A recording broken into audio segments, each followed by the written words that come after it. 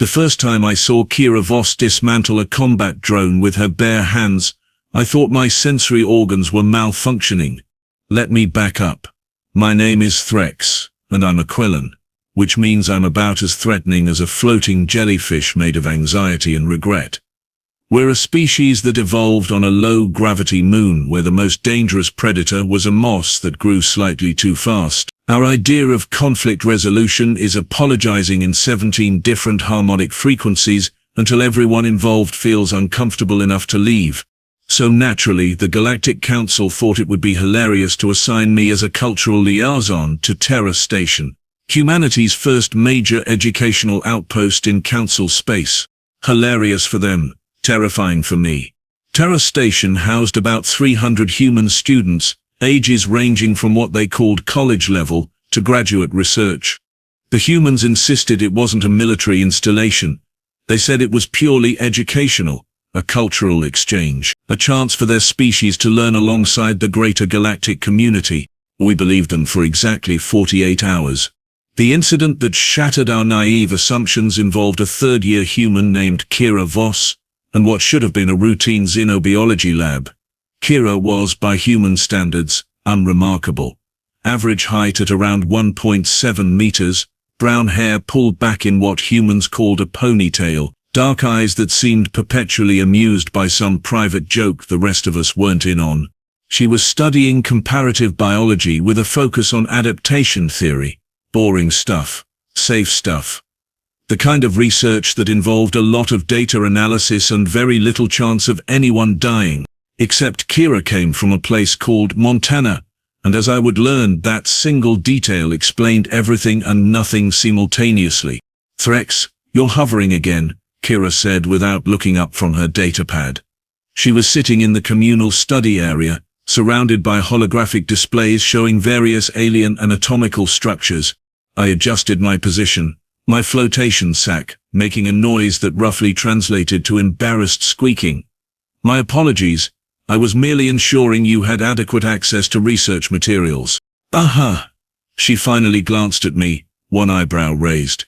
Humans did that a lot. The eyebrow thing. It was disconcerting. Or you're still nervous about having humans on the station. Nervous is not inaccurate, I admitted. Honesty was important in my culture. Also, lying to humans seemed like a spectacularly bad idea. Your species has a certain reputation. Let me guess. Deathworld savages? Unpredictable warmongers? Probably ate our way to the top of our food chain? All of those things are documented facts, yes. She laughed, actually laughed. The sound was sharp and bright, and it made several nearby Quellan students flinch. Fair enough, but I'm just here to study Threx. I promise I'm not going to bite anyone. That promise lasted exactly 3 days. The trouble started during what should have been a peaceful afternoon. Most students were either in classes or their dormitories. I was conducting a routine check of the environmental systems in Sector 7, which housed the human living quarters. Standard procedure. Nothing unusual. Then the alarms started screaming. Not the gentle chiming that indicated a minor malfunction. Not the soft pulsing that suggested someone had forgotten to log their lab time. This was the full emergency klaxon that meant something had gone catastrophically wrong. My communication implant crackled to life. All security personnel to Sector 7. Multiple unauthorized entities detected. Human students are advised to shelter in place immediately. I felt my flotation sac deflate slightly. Unauthorized entities. That was council speak for something really bad is here and we don't want to cause a panic by being specific. I propelled myself toward the nearest security checkpoint, my 3 auxiliary limbs flailing in what I hoped was a hurried manner. Other station personnel were emerging from various corridors, all looking equally confused and alarmed. What kind of unauthorized entities? I asked the security officer at the checkpoint, a Ravian named Kelthos, who had approximately 12 times the combat capability I did, which was still pathetically low by galactic standards. Kelthos's chromatophores flickered through several colors indicating distress. Hunters. Vexorian hunters specifically. 6 of them breached through a cargo airlock. They're armed with neural disruptors and plasma blades. My organs clenched. Vexorians? Of all the species to choose this moment for an incursion, it had to be Vexorians. For context, Vexorians were basically what happened when evolution looked at the concept of apex predator and said, let's make that but worse. 2.5 meters tall, 4 arms. Exoskeleton that could shrug off small arms fire. They hunted sentient species for sport, which was technically illegal, but enforcement was complicated when the hunters could kill entire security teams before backup arrived. And they were here, on Terra Station, where we had 300 squishy human students who'd been assured they were perfectly safe. Why would Vexorians target an educational station? I asked, though I already suspected the answer. Kelphos's colors shifted to something approximating grim resignation. Trophy hunting. Apparently there's a bounty in certain underground markets for humans, something about them being Deathworld specimens. The hunters want to prove they can take down Earth's apex predators. Oh no.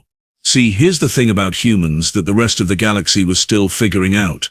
They weren't the galaxy's apex predators. They were persistence hunters from a gravity-heavy planet with atmospheric oxygen levels that would make most species euphoric. They had stamina that bordered on supernatural pain tolerance that seemed biologically impossible, and a psychological response to danger that other species called fight or flight, but humans apparently skipped the flight option entirely.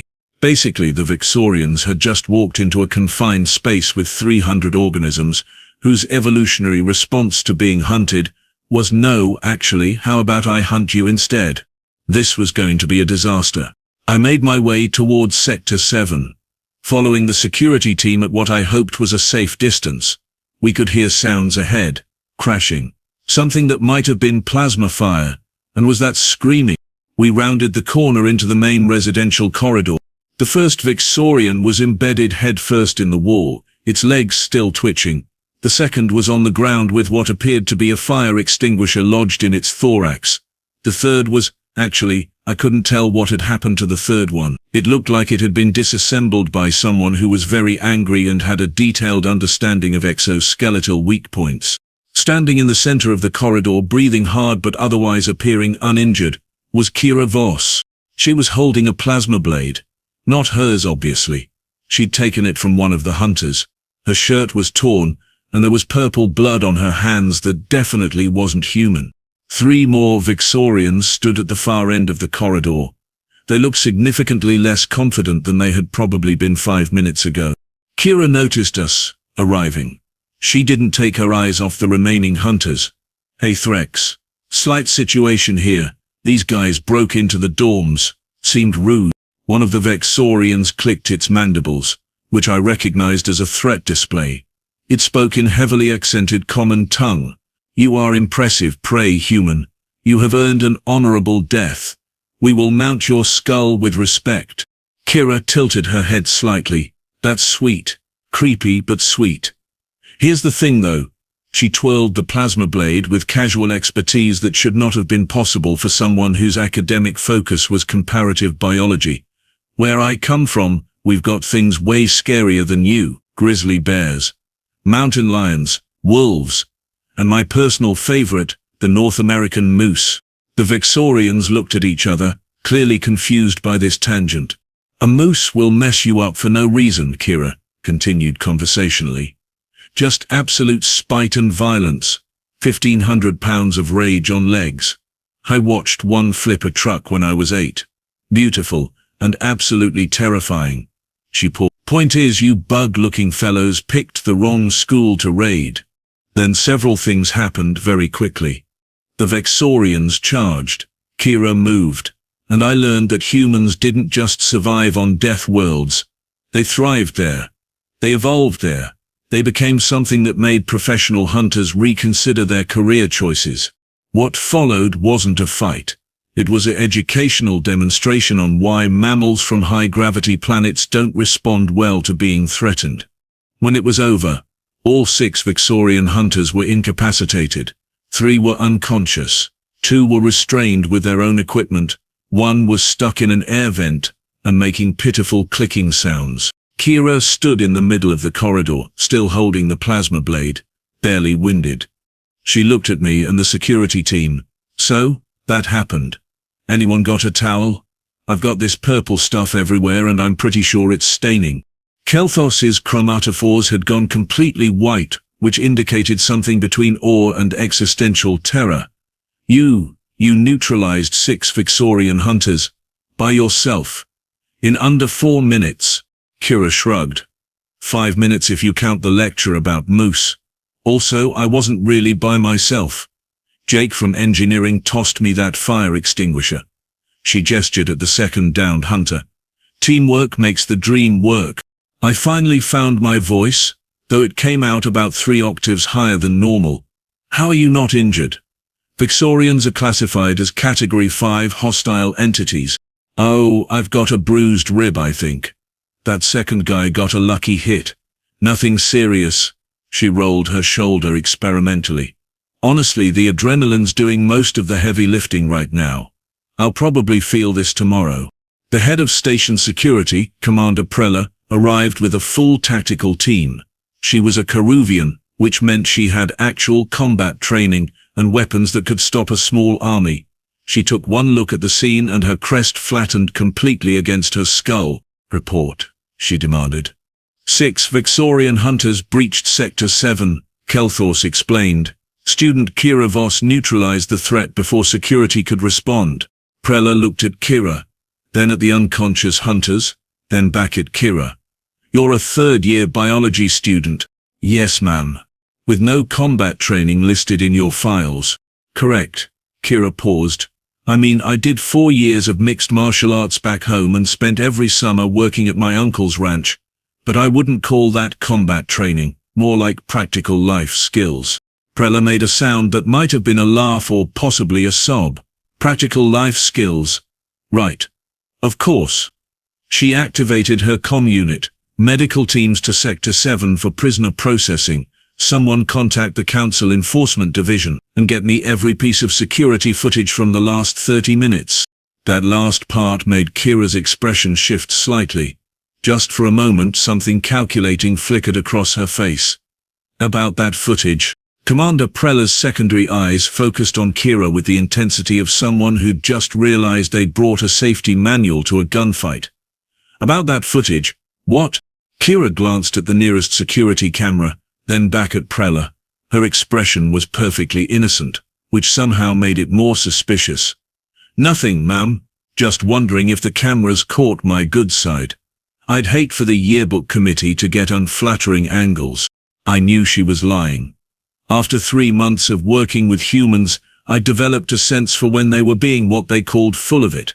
The issue was proving it, and more importantly, understanding why a biology student who'd just single-handedly defeated 6 professional hunters was concerned about security footage. Prella clearly had the same suspicion, but the immediate crisis took priority. Voss, you'll need to submit to a medical scan and provide a full statement. Threx, escort her to Medical Bay 3. I want her checked for toxins, neural damage, and anything else those hunters might have infected her with. Understood, I said, gesturing for Kira to follow me. She handed the plasma blade to one of the security officers with a cheerful smile. Here you go. Borrowed this from the tall, angry one. Please return it with my compliments. As we moved through the corridors toward the medical bay, Kira was silent. Too silent. Humans were usually chatty, especially after traumatic events. Something about processing stress through verbal communication. Kira's silence felt calculated. That was remarkably efficient, I ventured carefully. Your response to the threat, years of dealing with livestock that outweigh you by half a ton teaches you to move fast or get trampled, she said easily. Plus, the Vexorians telegraph their strikes.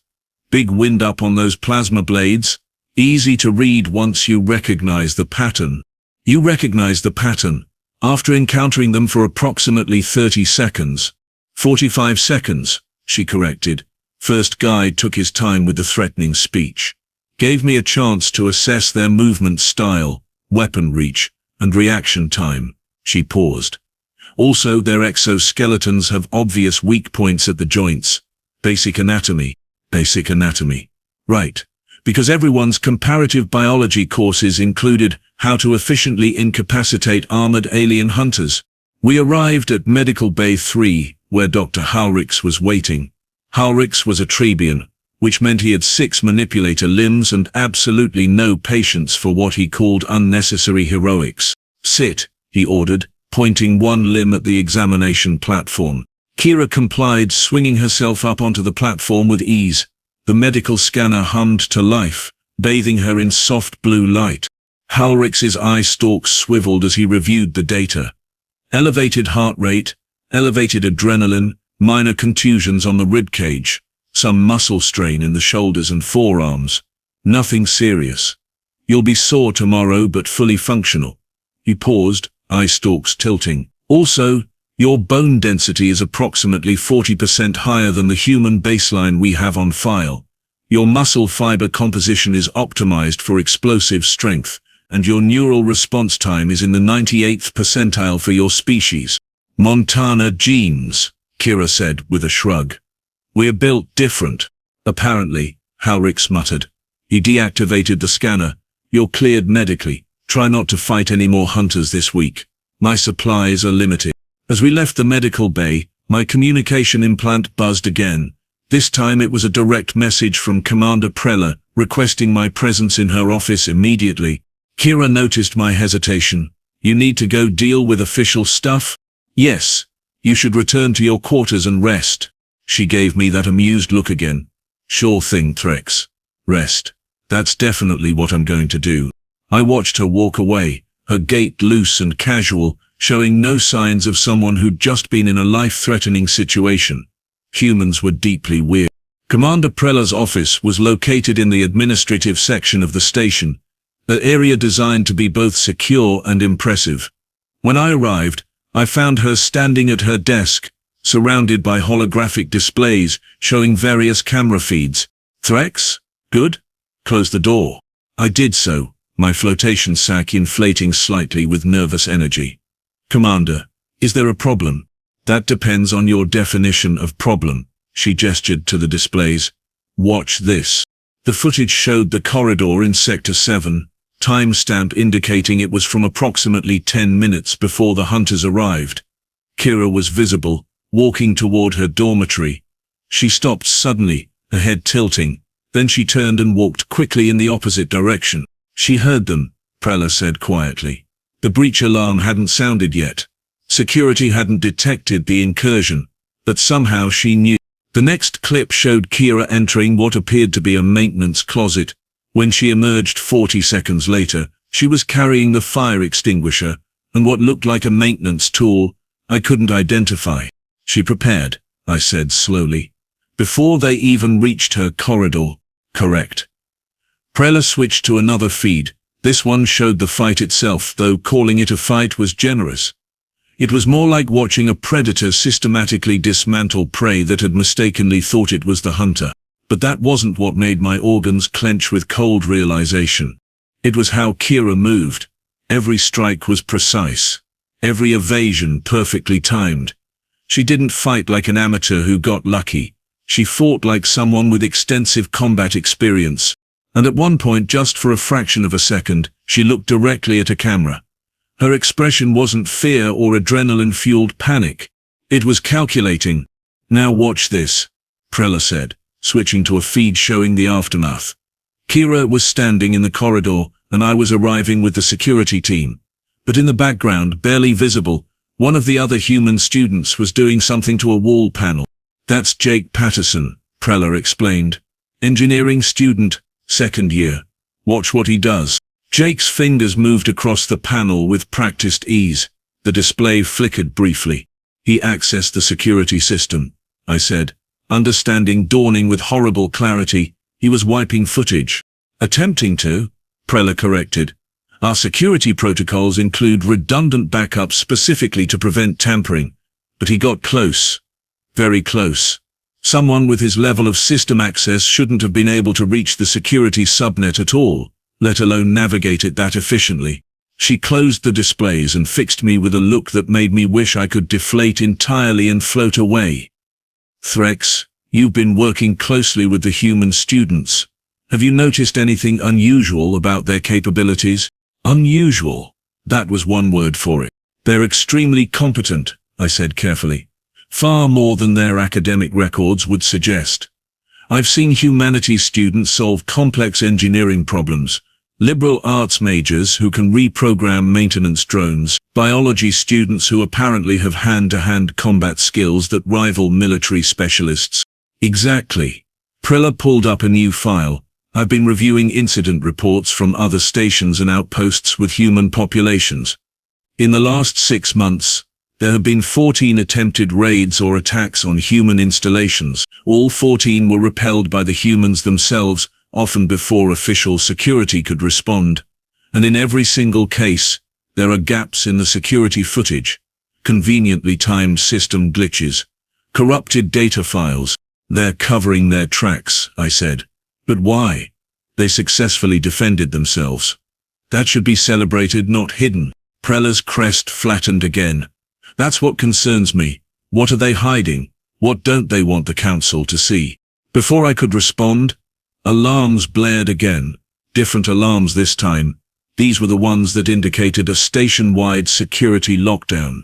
Prella's desk lit up with urgent messages. Her expression went from concerned to horrified in the span of 2 seconds. They're gone. All 6 Vexorian prisoners. Someone broke them out of holding and they've escaped to the docking level. How is that possible? The holding cells are specifically designed to contain Category 5 entities. Someone used administrative override codes to unlock the cells. Then they disabled the tracking collars. Then they provided the prisoners with stolen access cards to reach the docking bays. She looked at me, and I saw genuine fear in her eye. Threx. Whoever did this had intimate knowledge of our security systems, our protocols, and our response procedures. It was an inside job. My mind immediately jumped to the obvious conclusion. You think the humans did this? I think we need to find out before those hunters reach their ship and leave the station. We both rushed from the office, joining the flow of security personnel heading toward the docking level. The station's corridors had transformed into organized chaos, with announcements blaring instructions for all non-essential personnel to shelter in place. When we reached the docking level, we found Commander Utril of the Tactical Response Team already there with a full squad. Utrilo was a Corthian, basically a 2-meter-tall armored lizard, with attitude. He looked supremely annoyed. Situation, Prella demanded. The prisoners reached Bay 17, Utril reported. They're attempting to access a civilian transport that matches the profile of their infiltration vessel. We've got the bay sealed, but they're armed. Someone left a weapons cache near the maintenance entrance. Of course they did, Prella muttered. Deploy for breach and clear. Rules of engagement are containment only. The council wants them alive for questioning. Utril's squad moved into position. Serious weapons. Military-grade armor. These were professionals trained specifically for this kind of situation. The bay doors opened with a hydraulic hiss. And then things got weird. The 6 Vexorian hunters were there, as expected. They were armed with plasma rifles, as expected. What wasn't expected was that they were all unconscious, bound with industrial cable, and arranged in a neat row like packages waiting for pickup. Standing next to them, looking slightly bored, was Kira Voss. She waved. Hey, Commander Prella. Found your escaped prisoners. They were trying to leave without saying goodbye. Seemed rude. The entire tactical team just stared. Prella found her voice first. Voss, what are you doing here? How did you know where the prisoners were going? Lucky guess? Kira offered. When Prella's expression didn't change, she sighed. Fine. I followed them. They made a lot of noise breaking out of holding, and I was curious where they were going. You followed 6 armed hunters, by yourself. Well, Jake helped. He's over there making sure their ship doesn't take off. She gestured to a control panel where Jake Patterson was indeed doing something complicated with the vessel's flight systems. How did you incapacitate them? Utril demanded. His voice carried the tone of someone whose entire professional identity was being questioned. Turns out Vexorians have a really obvious weak spot right at the base of their skull. Hit it right and they just sort of shut down. Basic anatomy stuff. She said it like she was discussing homework. Also, they were already injured from earlier, so that helped. I watched Prella's crest cycle through about 7 different colors, none of them indicating anything good. And the weapons cache, the override codes, the disabled tracking collars. Kira's expression didn't change, but something in her eyes sharpened. Sounds like someone was trying to help them escape. That's concerning. You should probably investigate that. We are investigating it. Starting with how you knew where to find them. Like I said, lucky guess. Kira crossed her arms. Look, Commander, I get that this looks suspicious, but the facts are simple. Hunters attacked students. I defended myself and others. Then the hunters somehow escaped custody, which is definitely not my fault since I was in medical getting scanned. I happened to spot them heading toward the docking bays, so I followed and stopped them. That's it. That's the whole story. It was absolutely not the whole story, and everyone present knew it. But before Prella could push further, something interesting happened. Every single display screen in the docking bay flickered. For just a moment they all showed the same thing, a simple text message. Technical difficulties. Please stand by. Then the screens went dark.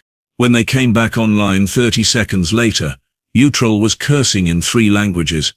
The security footage. It's gone. All of it.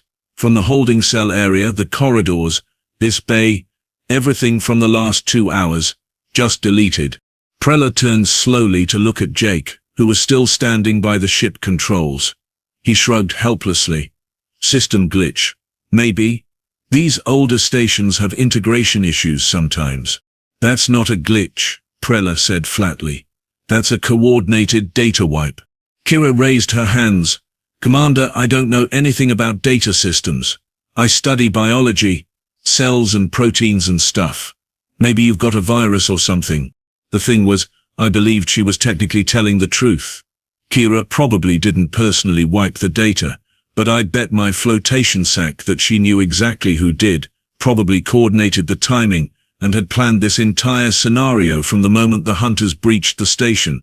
Prella knew it too, but without evidence, without footage, with only the undeniable fact that Kira had once again somehow managed to single-handedly neutralize multiple dangerous threats, there wasn't much she could do. Fine, Prella said, eventually. Both of you will submit full written statements. You're confined to quarters until we complete our investigation. And if I find out you're withholding information, there will be consequences. Understood, Mum, Kira said with perfect military bearing that she definitely shouldn't have if she was just a civilian biology student. As the security team processed the unconscious hunters and secured the bay, I found myself floating next to Kira as we were escorted back toward the residential sectors. You planned all of this, I said quietly. The fight, the escape, the recapture, all of it. She didn't look at me, but I saw the corner of her mouth twitch upward. That would be pretty impressive if true, but also kind of impossible for a third-year biology student to pull off, don't you think? I think humans are far more capable than you've been letting on. I think this entire education initiative is some kind of cover, and I think you just sent a very clear message to anyone watching. Oh yeah? What message is that? Don't hunt humans, you'll lose. Now she did look at me, and her smile was sharp. Threx, that's not a message, that's just a fact. People can learn it the easy way, or they can learn it the way those Vexorians did. Their choice. We reached her dormitory. Before she went inside, she turned back. For what it's worth, I like you. You're observant, you're fair, and you're not trying to screw anyone over. So here's some free advice. Stop worrying about what humans are hiding and start asking why we need to hide it. The galaxy's a dangerous place, and Earth just barely got invited to the party. We're making sure we don't get kicked out before we've had a chance to prove we belong. Then she was gone, disappearing into her quarters and leaving me floating in the corridor with far more questions than answers. Later that evening, after providing my own statement to security, I returned to my personal quarters. My datapad had a new message waiting. Anonymous sender. It contained a single video file. Against my better judgment, I opened it. The video showed footage that definitely didn't exist anymore according to the official record. It showed Kira in the corridor fighting the hunters. But this was a longer cut, showing moments before and after the official encounter. Before the fight, she tapped her ear twice. A signal. After the fight, when the security team was distracted, she pressed something into the wall panel near the ceiling. A device small enough to be nearly invisible. And at the end of the video, there was text, "Humans protect their own. Always. Tell your superiors that Earth expects its students to be safe. We'll make sure of it ourselves if necessary. No hard feelings, just business." The video deleted itself after I watched it. I sat there in the darkness of my quarters, my flotation sac deflating slowly as I processed the implications. The humans hadn't come to learn. They'd come to establish a presence, to show what they were capable of, to make it clear that attacking Earth's people was a mistake nobody should make twice. Kira was right. I had been asking the wrong question. The question wasn't what were humans hiding. The question was what would happen when the rest of the galaxy finally understood what humanity truly was. Not a species of scholars looking to join the peaceful academic community, but a species of survivors who'd clawed their way to the top of the most hostile environment the galaxy had ever catalogued, and who had absolutely no intention of being anyone's prey ever again. I drafted my report to the council, carefully wording everything to be factually accurate while somehow completely missing the point. Because I'd learned something important that day. Humans were terrifying, yes, but they were also pragmatic. They didn't want conflict. They just wanted to make sure nobody mistook their preference for peace as weakness. And somewhere in her dormitory, I imagined Kira Voss was probably studying for her xenobiology exam, surrounded by notes about cellular structures and evolutionary adaptations, looking for all the world like exactly what she claimed to be. A perfectly ordinary student, who just happened to be an apex predator in disguise. The galaxy would adjust, or it would learn. Either way, humanity was here to stay. And honestly, after watching Kira dismantle 6 professional hunters like they were particularly aggressive houseplants, I couldn't think of anyone who'd be brave enough or stupid enough to try and stop them.